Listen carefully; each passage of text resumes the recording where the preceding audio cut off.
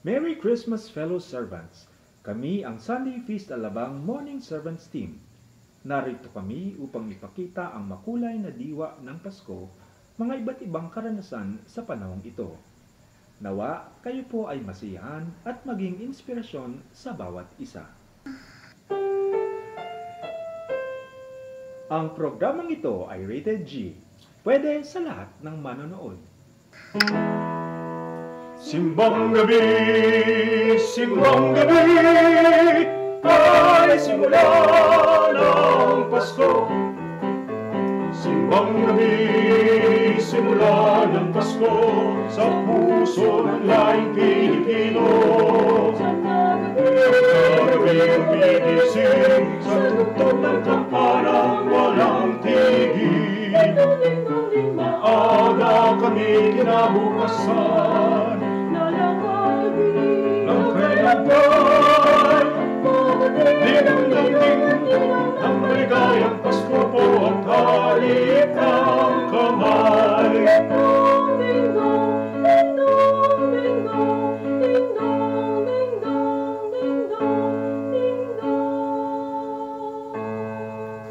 Makulay ang Pasko ng isang pamilyang Pinoy dahil sa pagsasama-sama ng pamilya sa pagdiriwang at Noche Buena. Ang Pasko ay kay saya, dahil ngayon kapiling na.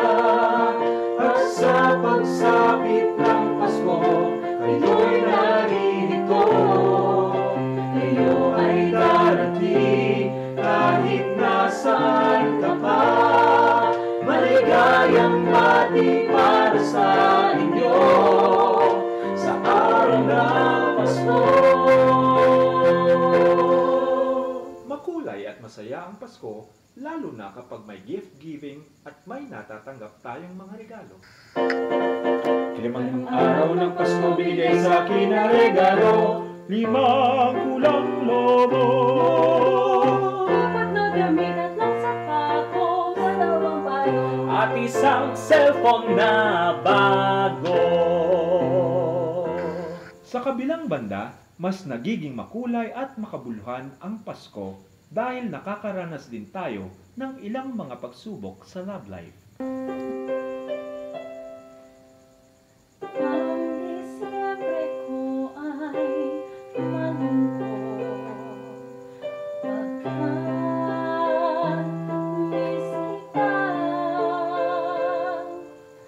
Ano mang pilit kong masaya, miski ka kong Christmas.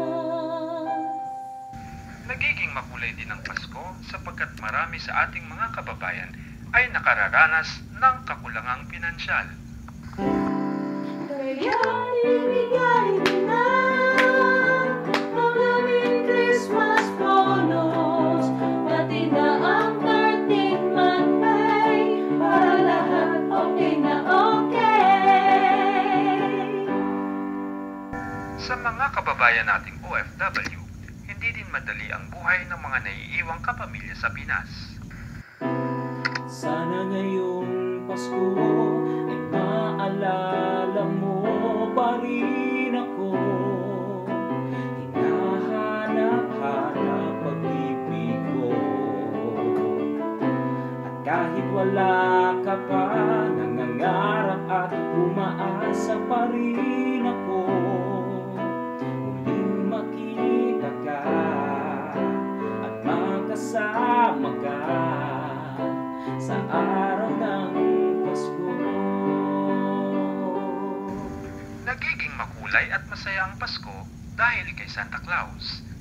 Ano ba talaga ang tungkulin niya sa Pasko?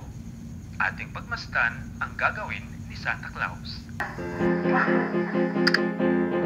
Sino si Santa Claus nang tanong sa akin? Ang aking puso na naglalambing, ang Pasko lamang naming kapiling at nagmamahal sa amin. Sino si Santa Claus ang tanong sa akin? Ang aking puso na naglalambing, ang Pasko lamang naming kapiling at magmamahal sa amin. Nagiging makulay ang ating Pasko. Maraming karanasan, may masaya at malungkot. Ngunit sa bawat yugto ng ating buhay, lagi nating kapiling ang Diyos. Jesus is the reason for the season. Binigay niya ang kanyang bugtong na anak na si Jesus upang tayo ay magwagig. Ang Pasko ay narito na. He is our Emmanuel.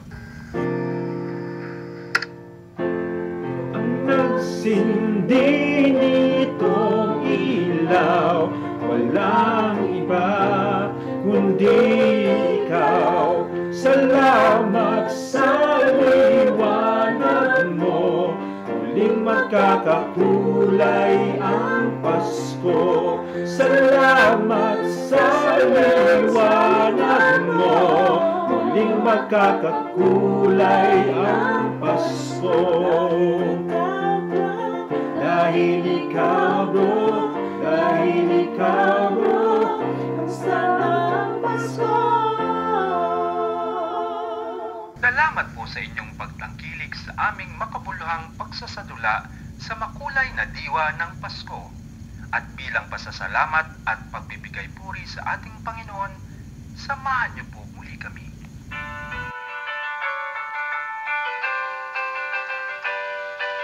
Sing, rejoice in gladness, a King is born in Bethlehem, star in heaven, descends with angels, glory and praise. Let all the earth raise, rejoicing on Him who is the Lord of all. Sing my soul of Hallelujah, hallelujah, hallelujah. Jesus Christ is born in Bethlehem today. Behold the gentle one and sing, our lives are yours today. Sing all praise to Thee and see His face our arms. Lord Jesus, take our arms and bring us to the joy of Christmas today.